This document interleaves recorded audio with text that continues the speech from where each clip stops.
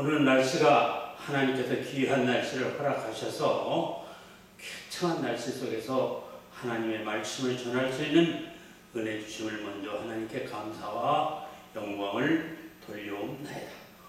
오늘 하나님의 말씀은 요한복음 2장 1절에서 12절을 함께 은혜 받고자 합니다. 11절과 12절 마지막 절을 제가 봉독해 드리겠습니다. 예수께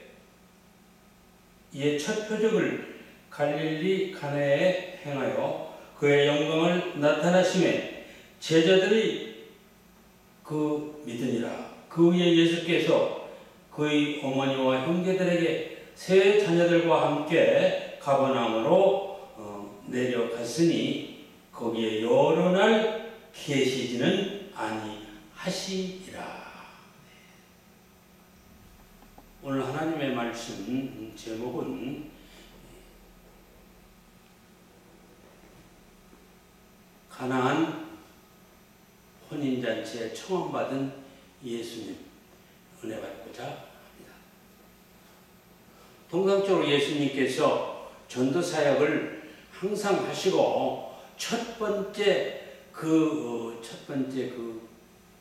전도의 길을 나선 그 길이라고 생각합니다. 갈릴레아 그 지방을 첫 번째 정하신 그 이유는 거기는 많은 어촌이기 때문에 많은 사람들이 살고 있고 또 왕래하는 사람들이 무역을 하기 위해서 그 배를 타고 오거나 또한 무역상들이 이리저리 왔다 갔다 하며 모든 상거래하는 장소이기 때문에 특별히 예수님께서 전도의 길을 택하셨던 것입니다. 모든 전도역을 갈릴리에서 다 끝내고 나서 그 다음에 청함받은 것이 어디냐면 가나안이라고 했습니다. 마침 가나안 땅에 혼인잔치가 있어서 거기에 속해 있는 사람들이 아마 예수님과 그의 제자들 청함을 받으신 것 같아서요. 그래서 예수님은 거절할 수 없어서 이왕에 전도 나왔을 바에는 가나 가서라도 내가 전도를 해야겠다고 제자들과 또 어머니와 함께 그날 혼인잔치에 청함을 받아서 참석하게 되었습니다. 보통 가나 지방에는 결혼식 그 행렬 행사가 우리 동양 같으면 한 하루나 이틀이면 끝나는데 여기는 일주일 동안 계속 혼인잔치를 하기 때문에 많은 사람들이 왕래해서 가나 사람이나 또한 유대 사람들이 많이 참여하기 때문에 때는 이때라 하고 예수님의 좋은 기회라고 생각하고 제자들과 어머니와 함께 상의한 끝에 승낙을 하셔서 청함을 허락하셨던 것입니다. 역시 가보니까 많은 유다인과 또 가나 사람들이 많이 해서 혼인의 그 향기로운 잔치를 하는 것을 목격할 수 있었습니다. 혼인잔치에 항상 들어갈 수 있는 것은 술과 음식과 모든 재래 음식이 있겠지만은 특별히 그곳은 중동 지방이기 때문에 생수가 그렇게 없어요. 그래서 그들은 포도를 따서 담궈가지고 그 포도주를 음료수 및 술로 만들어서 잔치에 오신 그 하객들에게 주는 것이 상례로 되어 있습니다.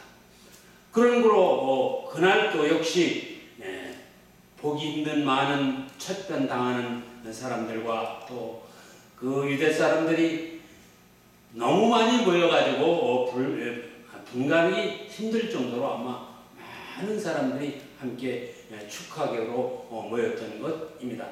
마침 예수님이 청함받은 그날은 결혼해서 세 번째 되는 날이라고 합니다.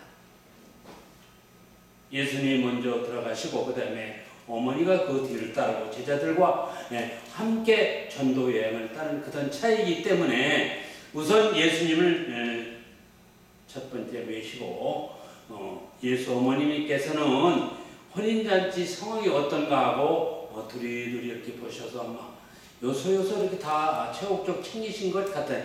그런 게 챙기신 예수님은 예수님 앞에 이렇게 이야기를 하고 있습니다. 예수님이요, 혼인잔치 길이 너무 길다 보니까 아무래도 술이 없어요. 그러면서 예수님 앞에 손을 가리키면서 저기 돌 항아리가 6개 있는데 거기에 술이 한 방울도 없이 바싹 말랐다고 이야기했습니다. 그러나 예수님께서 가만히 듣고 계시다가 어머니요, 예수님께서 나와 술은 아무 상관이 없다고 이렇게 답변을 했어요. 잠시 후에 생각하시던 예수님 다시 하인들을 불렀습니다. 여보시오, 여러분들은 지금 저 빈 항아리에 물을 가득히 채우세요. 그러고 난 후 예수님께서 축사하시니까 술이 맛도 좋고 많은 사람들이 호응할 수 있는 귀한 포도주로 만들 수 있었습니다. 방금만 해도 술이 한 방울도 없어서 그 바닥까지 보였던 돌 6항아리가 차고도 넘치게 물을 부은 후에 그대로 예수님께서 축사를 하시니까 펄펄 넘치는 맛도 좋고 향기도 좋고 모든 하객들이 기쁨으로 마시고 있었습니다.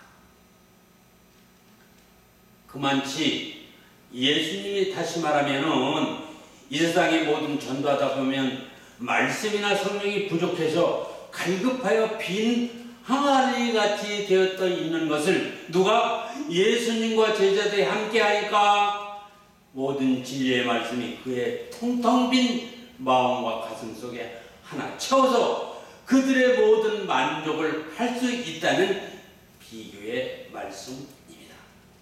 어느 곳에 가든지 예수님은 항상 전도사역을 하기 때문에 그에 뒤따랐던 예수님, 또 함께 참여했던 예수님의 어머니 마리아도 함께 참여해서 모든 일을 하나서 10가지까지 하나하나 챙기는 그런 습관이 아마 배어진 것 같았어요.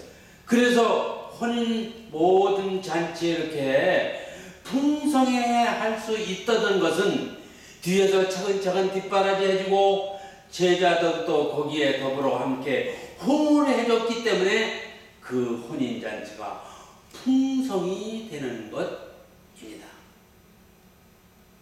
다시 말하면 메마른 세상, 성령도 없이 오죽 마시고 그런 게 아니라 그들의 마음속에 텅텅 비어서 세상의 욕심과 말할 수 없는 흉악하는 모든 일들이 가슴속에 있을 뿐이고 그의 마음속과 심령 안에는 너무 가난해서 체육이 급격하기 시작한 그들의 마음을 예수 그리스도께서 함께 하니까 말씀으로 그 마음이 충족되어서 그들도 신앙하고 능력을 받아서 과연 하나님의 아들 예수가 이 자리에 참여하니까 모든 분위기도 점점 좋아지고 이 모든 혼인잔치가 풍성히 이어졌던 것입니다.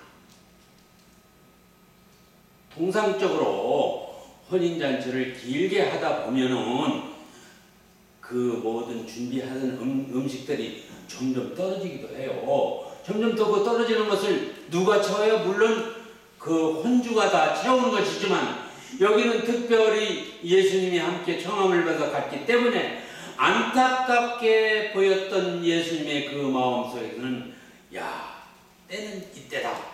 이런 기회를 통해서 내가 하나님의 말씀을 이들에게 전할 때 이들이 가난했고 또한 이놈이 궁핍했고 모두하지 부족할 때 내 말씀과 성령으로 그들을 채웠을 때 그들이 만족하지 않을까 하면서 신념을 바꿨던 것입니다. 그런 후에 아직 예수님께서 말씀을 이렇게 하셨습니다. 때가 이르지 않았으니 되리라. 시기가 있어요.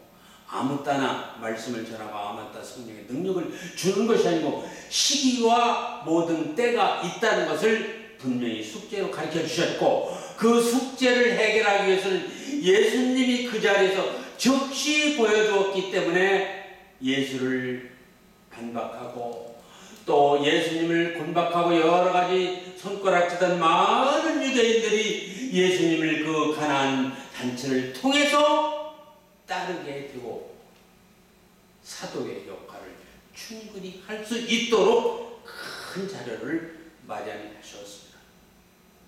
예수님은 거기에는 제사장이나 모든 관식들이 상당히 싫어해요. 왜냐? 자기가 그 능력과 모든 것을 빼앗길 감에 예수님은 항상 족화할 수 있는 그런 일들을 동동 당하고 있어요. 그날도 많은 거기에 제사장도 왔겠고 또 관리자도 왔었겠고 모든 거기 주최하는 모든 사람이 왔건만 그 중에서 특별히 부족한 술을 물로 술을 만들어서 그들의 마음을 채우고 그의 모든 바랬던 것을 다시 채우는 것이 얼마나 귀중함을 알았고, 이제 예수님이 능력이 이렇구나를 인정했던 것입니다.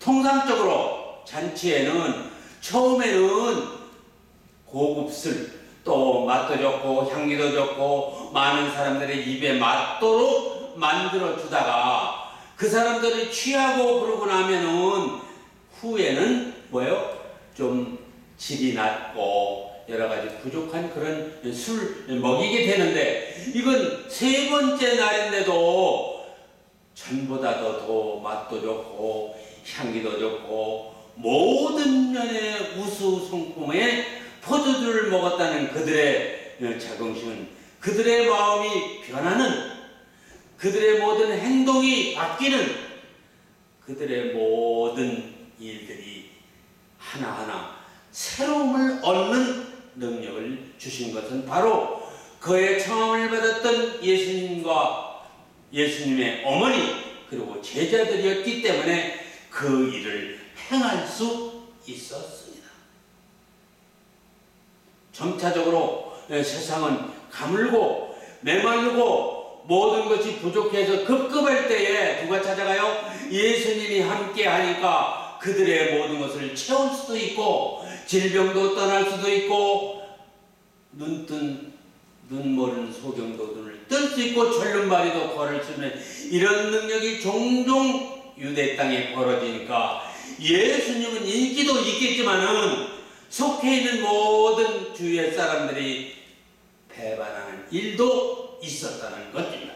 이렇다고 해서 예수님이 거기서 포기할 수 없습니다. 나는 하나님의 명령에 따라서 육신으로 이 땅을 와서 말씀을 전하고 내가 인생을 3년 반 동안 전할 수 있는 이런 능력을 얻었다는 자격을 가지고 제자들과 함께 힘들고 어렵고 고난과 역경이 다 왔을지라도 담대히 물리치고 말씀을 전하는 예수님의 그 성품을 우리는 따라가야 되겠습니다. 한시라도 고삐를 늦추지 말고 정신을 바짝 차려서 기도 열심히 하고 전도하는데 게으르지 않도록 우리는 열정을 가지고 해야 된다는 것이 오늘 가나 혼인잔치에 충만받은 예수님의 참 진리의 말씀이요 성령의 생명의 말씀이 아닐 수 없습니다.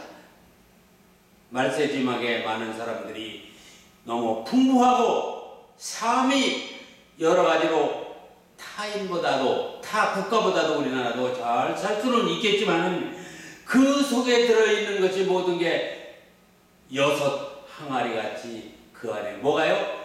포도주가 없이 메말라요. 다시 말하면 성령과 말씀이 없어 메말라서 곧 쓰러지기 쉬울 때 하나님의 속해 있는 동력자들, 하나님의 종으로 부름받은 모든 사역자들이 예수님과 함께 그 마음의 항아리를 채울 수 있는 그런 능력을 우리는 꼭 실행할 응입시다.